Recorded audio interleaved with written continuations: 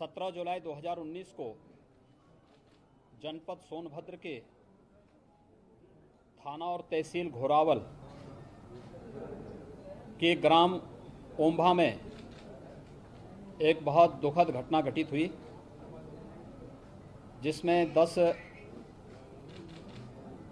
लोगों की मौत हुई और 28 लोग घायल हुए हैं। इस घटना के तत्काल बाद मैंने स्वयं पुलिस महानिदेशक को इस संपूर्ण घटना का अनुश्रवण स्वयं करने और दोषियों के खिलाफ कार्रवाई करने के निर्देश दिए। साथ ही आयुक्त विंध्याचल मंडल मिर्जापुर तथा अपर पुलिस महानिदेशक वाराणसी जोन को 2 सदस्यीय कमेटी को मौके पर भेज करके उनसे इस घटना के कारणों की जानकारी के संबंध में एक विस्तृत रिपोर्ट 24 घंटे के अंदर उपलब्ध कराने के निर्देश दिए गए थे। रिपोर्ट कल हमें प्राप्त हुई है। ये जो घटना 17 जुलाई को घटित हुई है, एक बहुत दुर्भाग्यपूर्ण घटना थी, जिसमें थाना और तहसील घोरावल के ग्राम ओंभा में जो एक घटना घटित हुई है, वास्तव में इसकी नींव 1955 में तब पड़ गई थी, जब तत्कालीन तहसीलदार ने ग्राम समाज की ज़मीन को और वहाँ के अन्य कुछ ज़मीन को आदर्श कोऑपरेटिव सोसाइटी के नाम पर दर्ज करने का एक वहाँ पर उस समय एक अवैधानिक कार्य किया था। 1955 के बाद 1955 से लेकर के 1989 तक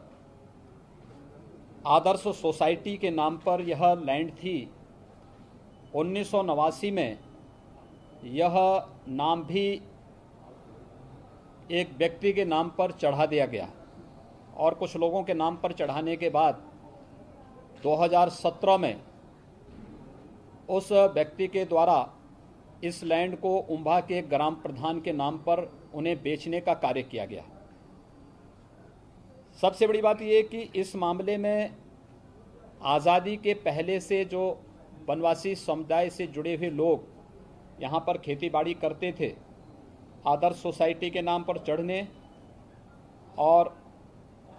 आदर्श सोसाइटी से कुछ लोगों के नाम पर इस लैंड को करने के बाद भी जो वहाँ पे वनवासी इस खेती-बाड़ी को करते थे, वे लोग इसकी एवज में कुछ लगान या कुछ प्रतिफल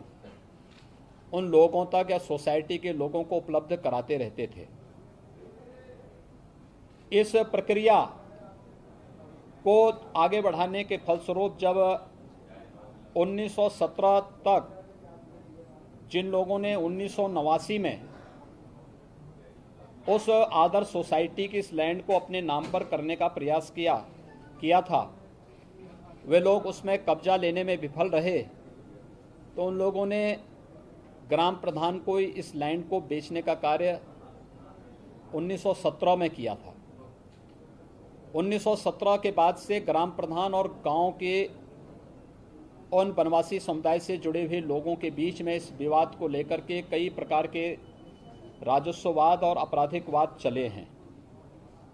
ये सभी मामले अभी लंबित पड़े हुए हैं। क्योंकि वनवासी समुदाय से जुड़े हुए लोग इस लैंड के पर पहले से ही खेतीबाड़ी करते रहे हैं और जब उन्हें बेदखल करने की बात आई तो उसके बाद एक घटना घटित होती है, जिसके फलस्वरूप 17 जुलाई को 10 लोगों की नृशंस हत्या होती है। 28 लोग गंभीर रूप से घायल होते हैं। घायलों में दोनों पक्ष से जुड़े हुए लोग हैं। इस पूरे प्रकरण की तह में अगर आप जाएंगे तो सबसे पहली बात यह थी कि ग्राम पंचायत की भूमि और वहाँ की अन्य भूमि जो वहाँ पर कुछ अन्य लोगों के नाम पर थी, उसको गलत तरीके से 1955 में जब कांग्रेस की सरकार थी तब वहां के स्थानीय नागरिकों के हक को हड़पने के लिए एक आदर्श सोसाइटी का गठन करते हुए उसके नाम पर इस भूमि को दर्ज कर दिया गया।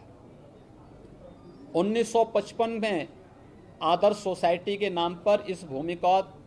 नामांतरण करने और 1989 में आदर्श सोसाइटी के बाद इस नाम को कुछ लोगों के नाम पर चढ़ा करके, जिसमें कुछ बिहार कैडर से जुड़े हुए प्रशासनिक अधिकारियों के नाम भी हैं, उन लोगों के नाम पर इस लैंड को कर दिया गया, जो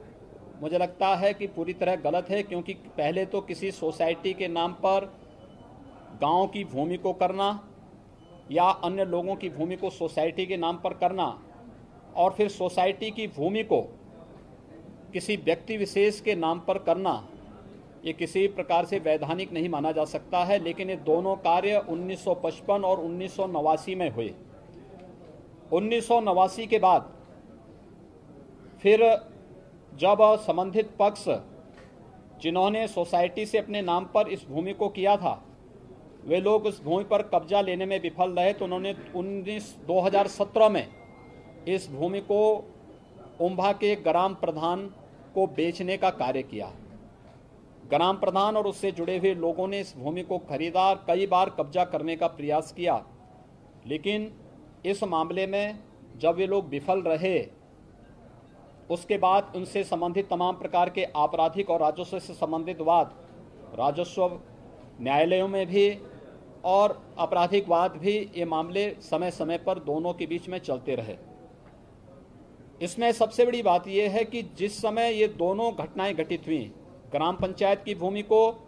और अन्य लोगों के नाम पर दर्ज भूमि को आदर्श सोसाइटी के नाम पर दर्ज करने, यह कार्य भी 1955 में होता है जब प्रदेश में कांग्रेस की सरकार रहती है। 1989 में जब इस भूमि को सोसाइटी से फिर कुछ लोगों के नाम पर चढ़ाया जाता है, तब भी प्रदेश में कांग्रेस की सरकार थी और कांग्रेस की सरकार ने उस समय भी गलत तरीके से इस कार्य को, तत्कालीन प्रशासन ने इस कार्य को उस समय अंजाम देकर के वह एक बड़े समुदाय के हक को हड़पने का प्रयास किया। इस मामले में इसके बाद ये भूमि 2017 में फिर उन लोगों ने ग्राम प्रधान को बेचने का कार्य किया और जिसका नामांतरण गलत तरीके से वहां पर सहायक अभिलेख अधिकारी के द्वारा किया गया। इन सब मामलों को जांच का विषय बनाते हुए इस पर आगे कार्रवाई करने की दिशा में सबसे पहले इस पूरे प्रकरण में, क्योंकि अप्रैल 2019 में पुलिस ने 145-46 में भूमि को जब्त करने की एक रिपोर्ट दी थी, 3 महीने के अंदर इस पूरे प्रकरण में कोई निर्णय न लेने के कारण वहां की उप जिलाधिकारी को निलंबित करने का निर्णय लिया गया। क्षेत्राधिकारी और वहां के घोरावल के इंस्पेक्टर घोरावल हल्के के जो सब इंस्पेक्टर हैं और बीट के जो कांस्टेबल हैं, इनको भी समय पर कार्रवाई, निरोधात्मक कार्रवाई न करने में शिथिलता बरतने के कारण उन्हें निलंबित करने का आदेश सरकार की ओर से किया गया है। इसके साथ ही इस पूरे प्रकरण में 1955 में, 1989 में, 2017 में और उसके उपरांत भी ये सारी प्रक्रिया ग्राम समाज की भूमि का किसी सोसाइटी के नाम पर होना, सोसाइटी की भूमि को फिर कुछ लोगों के नाम पर चढ़ाया जाना, उनके द्वारा फिर उस भूमि को ग्राम प्रधान को बेचना, इस पूरे प्रकरण की गहरी जांच बहुत आवश्यक है।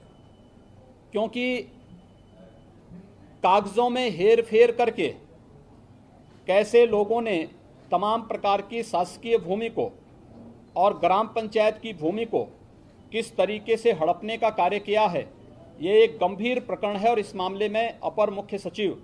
राजस्व की अध्यक्षता में एक 3 सदस्यीय कमेटी हम लोगों ने बनाई है, जिसमें प्रमुख सचिव श्रम और आयुक्त विंध्याचल मंडल मिर्जापुर को इस कमेटी में रखा गया है कि 1955 से लेकर के अब तक की राजस्व से संबंधित इन सभी प्रकरणों में कहां कहां पर किस किस स्तर पर शिथिलता बरती गई है, इससे संबंधित जांच 10 दिन के अंदर सरकार को उपलब्ध करवाएंगे। और इसमें कोई व्यक्ति कितना भी बड़ा क्यों न हो, हम लोग उन सभी के खिलाफ कार्रवाई करेंगे जिन्होंने भी शासन की भूमि को अवैध तरीके से या फिर गलत तरीके से उसमें अभिलेखों के साथ छेड़छाड़ करके अपने नाम से करने का प्रयास किया, उनके खिलाफ तो कार्रवाई इसके बाद होगी ही। साथ ही साथ इस मामले में ये प्रकरण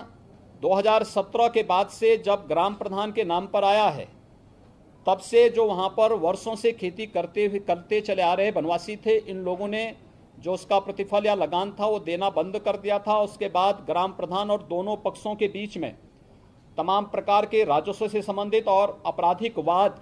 दोनों के बीच में चले थे। इन दोनों के बीच में चले वाद पर समय समय पर क्या कार्रवाई हुई और उसकी निष्पक्षता से उन वादों का निस्तारण किया गया कि नहीं किया गया, इसमें भी अगर कोई पक्षपातपूर्ण घटना घटित हुई है, इस मामले में अपर पुलिस महानिदेशक वाराणसी जोन को इन सभी प्रकरण को हम लोगों ने सौंपा है कि वे इस प्रकरण की जांच करें और इस मामले में जो भी दोषी होंगे, प्रारंभ से ही राजस्व के मामले को लेकर के अपर मुख्य सचिव राजस्व की अध्यक्षता में जो कमेटी गठित की है, वो गठित और समिति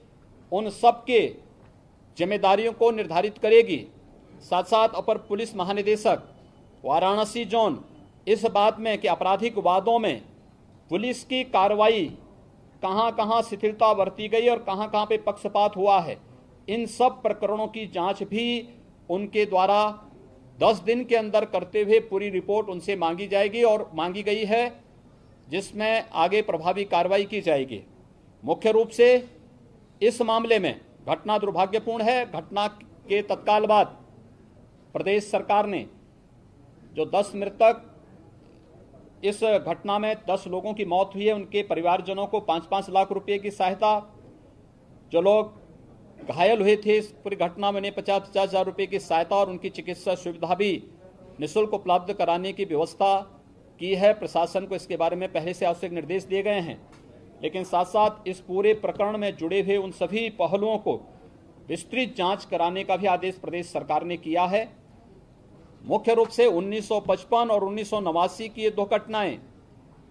जिसमें ग्राम पंचायत की भूमि को और वहां के कुछ लोगों की भूमि को एक आदर्श सोसाइटी के नाम पर करना और उसके बाद आदर्श सोसाइटी की भूमि को कुछ चंद लोगों के नाम पर दर्ज करके और फिर उसके नाम पर शासन की भूमि को या ग्राम पंचायत की भूमि को या सार्वजनिक भूमि को हड़पने की किस प्रकार की दुरंभी संधि समय समय पर होती रही, इन सब का पर्दाफाश होना अत्यंत आवश्यक है। दुर्भाग्य है इस पक्ष को सदन में रखने का प्रयास जब किया गया कि सही तथ्य सदन के सम्मुख रखे जा सकें, तो विपक्ष के द्वारा इन सब मामलों की अनसुनी कर दी गई और उनके द्वारा सदन की कार्रवाई को बाधित करने का प्रयास किया गया। इस पूरे प्रकरण के लिए 1955 और 1989 में भूमि संबंधी जो भी ये गलत अभिलेखों में दर्ज करने या फिर गलत तरीके से कुछ लोगों के नाम पर चढ़ाने की पूरी कार्रवाई उस समय कांग्रेस की सरकार उत्तर प्रदेश के अंदर थी और उस सरकार में किस प्रकार से भूमाफियाओं को और शासकीय भूमि को या सार्वजनिक भूमि को हड़पने के कार्य कितने बृहद स्तर पर होते रहे, उसका एक उदाहरण यह भी सामने आया है। मुझे लगता है कि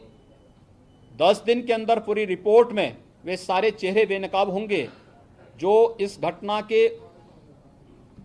सूत्रधार और उसकी कड़ी के एक हिस्से माने जाएंगे। प्रदेश सरकार इस पूरे प्रकरण की विस्तृत जांच करा रही है और जो भी दोषी होगा इस मामले में 17 जुलाई की घटना के लिए 29 अपराधी अब तक गिरफ्तार किए जा चुके हैं। 5 असले, जिसमें एक सिंगल बैरल की गन, डबल बैरल की 3 गन, 1 राइफल, 6 ट्रैक्टर, ये सभी बरामद किए जा चुके हैं। अन्य उस पर कार्रवाई वहां पर चल रही है। प्रदेश सरकार ने के निर्देश पर वहां पर एफआईआर दर्ज पहले ही की जा चुकी है और ये पूरी रिपोर्ट आने के बाद जो भी इस प्रकरण, इस पूरी घटना के लिए जिम्मेदार होगा या इसकी तह में जो भी जिम्मेदार होंगे, इन सब की जवाबदेही तय करते हुए उन सब के खिलाफ सख्त से सख्त कार्रवाई प्रदेश सरकार करेगी, जिससे आने वाले समय में इस प्रकार की किसी भी घटना को रोका जा सके। धन्यवाद।